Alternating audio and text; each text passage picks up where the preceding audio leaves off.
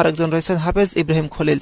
হাফেজ ইব্রাহিম খলিল কিন্তু চমৎকারভাবে গান গাইতে পারে, সে কিন্তু আসলে একজন শিল্পী, কিন্তু সে তেলাওয়াত করে আমাদেরকে শুনিয়েছেন। আমরা তার কাছ থেকে একটি গান শুনবো ইনশাআল্লাহ তাআলা। হাফেজ ইব্রাহিম খলিল, আপনি কি আমাকে একটি গান শোনাতে পারবেন? জি অবশ্যই। শুধু আমাকে নয়, আমাদের দর্শকদের উদ্দেশ্যে একটি গান আপনি শোনাবেন। অবশ্যই ইনশাআল্লাহ। জি শোনান। এর নাম জপেছিলি বুলবুলি তুই আগে, তাই কি রে তোর কণ্ঠেরি গান, তাই কি রে তোর কণ্ঠেরি গান এমন মধুর লাগে, ওরে এমন মধুর লাগে।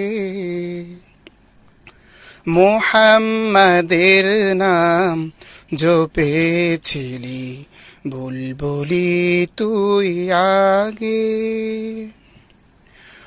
মোর নবীরে লুকিয়ে রেখে তার পেশানির জ্যোতি মেখে, মোর নবীরে লুকিয়ে রেখে তার পেশানির জ্যোতি মেখে, ওরে ও চাঁদ রাঙলি কি তুই, ওরে ও চাঁদ রাঙলি কি তুই গভীর অনুরাগে, ওরে গভীর অনুরাগে।